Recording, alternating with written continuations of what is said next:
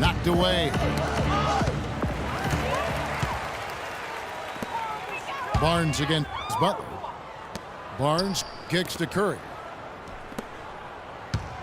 Hey, yo, Andrew. From 17 feet out, Chicago grabs the miss. Noah's got his third rebound tonight. And a big lead for them on both the scoreboard and the backboard thus far. Yeah, rebounding has been a big key in this one, Greg. They've asserted their will and have taken control on the glass. So many great statistics are available to demonstrate just how dominant the Warriors were last season. My favorite is, G8, their point differential. You know, to be able to beat your opponent by double digits on average is something only 8 teams have been able to do in the history of the league. It's amazing. He shoots again, and it's laid up and in by Thompson. Thompson's got 5. And that's a great play on the backboard for him. I mean, it's what we expect. All his second chance points do not come by accident. Guys, the Warriors ended the year at just over a 10-point differential per game. I mean, still that number is staggering when you think of what it takes to achieve that mark over the course of a season. Typically, championship teams are somewhere in the +6 to +8 range. 10 is off the charts. And so the ball out of bounds. Bogut touched it last. Block shots, a stat that sometimes doesn't tell the whole story. Big-time shot blockers aren't always elite defenders. And then the opposite is true. Their block shot totals don't quite capture that great impact they really have defensively. You know, and Akeem the Dream, certainly one of the greatest all-around players to have ever played the game. An endless array of offensive moves down low, no doubt. And defensively, his numbers speak for themselves. I mean, almost 4,000 career blocks, 2 Defensive Player of the Year awards, just a legendary low post defender. And the first time out of the game called for Chicago.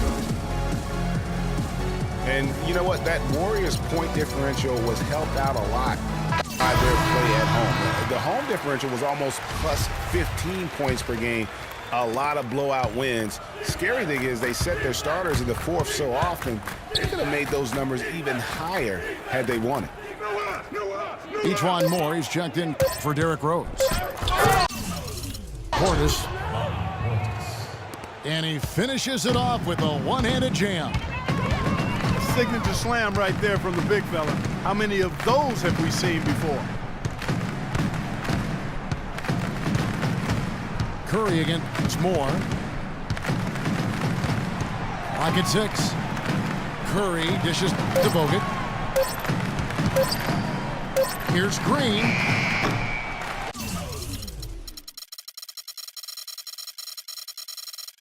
And that one hits back iron. The shot's there for him, and he's got to take it. I don't care if he doesn't convert. That's a shot he has to continue to take. And it's Thompson with the jam. Quick hands on the steal, and then just mad hops on the slam. Great sequence for them defensively and Clark offensively. Well, one usually leads to the other, Kevin. That's just good, aggressive, attacking basketball at both ends. Outside Butler. The offensive rebound. Knocked loose. Tries to keep it alive. And here we go. Fast break. Curry's got it. A three-pointer, no good. He's been wayward and just off on about everything put up in this period. Make it 2 hands for safety. That's what they say, right, Kevin? Yeah, that's right. You got it. And he was also safe for that dunk. No reason not to be. And guys, as he should be, remove all doubt on that attack. No doubt it's been a bit of a struggle for him here in this quarter in terms of scoring. Clark, they've been struggling here on offense. Yeah, a little bit of cottonmouth here. Dry spell for sure. From deep three-point range. Again, Curry missing. And Draymond Green picks up the foul. That'll be his second foul of the game. Here's Gibson. And down it goes, jamming that one home. Boy, oh boy, to be young again. My, oh my. Well, through 3/4 of play, down double digits, it may be difficult to overcome. Bulls lead by 18. It's the NBA on 2K Sports from Oracle Arena in Oakland, California.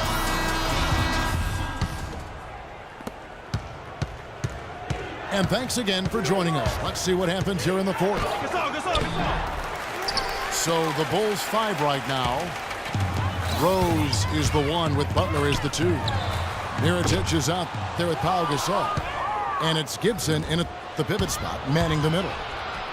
And here we go. The Bulls fast break. And the dunk by Rose. Excellent communication between teammates on the alley-oop there. And that's what you need to pull that off. And you do. You have to have both ends of that play, and they were fantastic on that one. On its way from Curry for 2. Here's Barnes. Rejected by Gasol.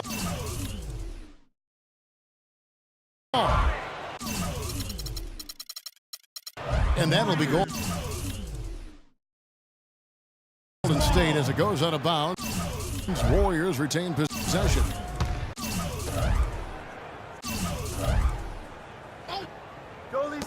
Curry outside. Their game plan needs to change if they're going to get out of this hole, because he is just not there offensively. How nice was that alley-oop? Those two really have a good connection. Yeah, read each other so well. It's a play I'm sure, Clark, they love to run. And as a receiver, though, he doesn't necessarily feel the need to go for that monster finish. Just the nice little smooth layup. Really well done there. Just confident and composed, never in a hurry. Here's Butler. Another one falls for Chicago. Sound offensively, really no other way to put it here in the second half. There's really no comparison between the teams in terms of the way they've both shot the ball since the break. Here's Bogut. Takes it off the glass. Work that one inside nicely. The Bulls leading by 20. And the foul on Derrick Rose. That'll be his second foul of the game. Yeah, another turnover, but guys on the whole, I think they've done a great job of running their offense without too many miscues. Catching up on the changes for Chicago. Joakim Noah, he's checked in for Gibson. And Dunleavy's subbed in for Mirotić. Barnes passes to Thompson. And the Warriors miss again. Last game for the Bulls, they picked up the W against the Indiana Pacers. And Draymond Green picks up the foul. That's his third foul of the game.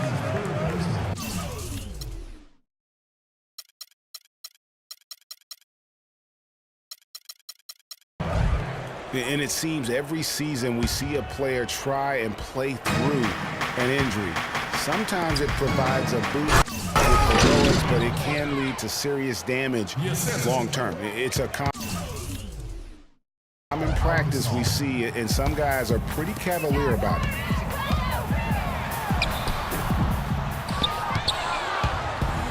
Great job to hit his teammate on that move, Kevin. Thompson misses. Terrific job that time defending at the rim. I mean, it's not an easy task stopping that fella when he's headed to the bucket like that. Good job. And the lead's not getting any smaller. Just an incredibly well-rounded performance here on the road. And how good a feeling is that for this team to dominate the way they did in front of a hostile crowd? That is a satisfying feeling for the victors.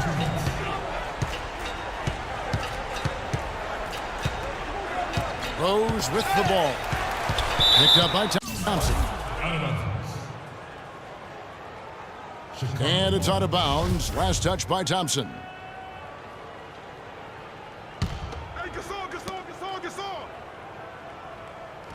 Butler kicks to Dunleavy. And it's going to be out of bounds. The Bulls will retain possession. And really no choice but to lunge for that pass to make sure it didn't get through. Yeah, and that was important. Probably would have been a quick 2 points if he doesn't get a hand on it and knock it out of bounds. Hard to figure out how he doesn't knock that one down. No defender in sight. Thompson from long range. Chicago leading by 22. And so it's going to end up in the record books as a blowout, a dominating performance for Chicago. And they could do no wrong today, Steve. That's right. This was a team performing to its fullest capabilities. Yes, very satisfying win for them, too. A game to remember, and on the other side, definitely one you want to forget as soon as possible. And it'll go down as their first official win of the new year. And this is a great way for them to kick off this season series. 2 more games ahead, and they've taken the mental advantage with this win tonight. Greg, I don't think it'll play out quite that simply, though. The team coming out on the losing end of game 1 is just that much more motivated to get even in game 2 and 3. So I think the edge goes to the losing team. And beyond the actual result of this game, fans are going to look back and see this was just a monstrous performance for Gasol. He was really important under the basket, making the plays down low and getting position to pull in rebound. Barnes kicks to Bogut. No good with the triple. And I bet you'll never see too many guys who can put forth an effort on the boards like this one. Yeah, as a former outstanding rebounder myself, I can certainly appreciate what this